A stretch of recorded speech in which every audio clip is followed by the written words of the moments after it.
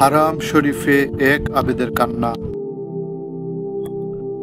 ফুজাইল ইবনে ইয়াস রাহিমাহুল্লাহ বলেন, খুরাসানে একজন লোকের চেয়ে বেশি ধার্মিক আমি আর কাউকে দেখিনি। তিনি আমার সাথে তোয়াফ করার জন্য মসজিদে হারামে বসা ছিলেন। তার দিনার চুরি হয়ে যাওয়াতে তিনি কাঁদতে লাগলেন।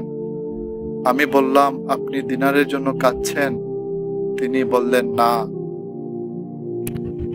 বরং আমার এ চিন্তা এলো যে আমি ও চোর যখন আল্লাহর সম্মুখে উপস্থিত হব, তখন নিজেকে নির্দোষ প্রমাণ করার জন্য তার নিকট কোনো দলিল থাকবে না, যা আল্লাহর কাছে এসে পেশ করবে।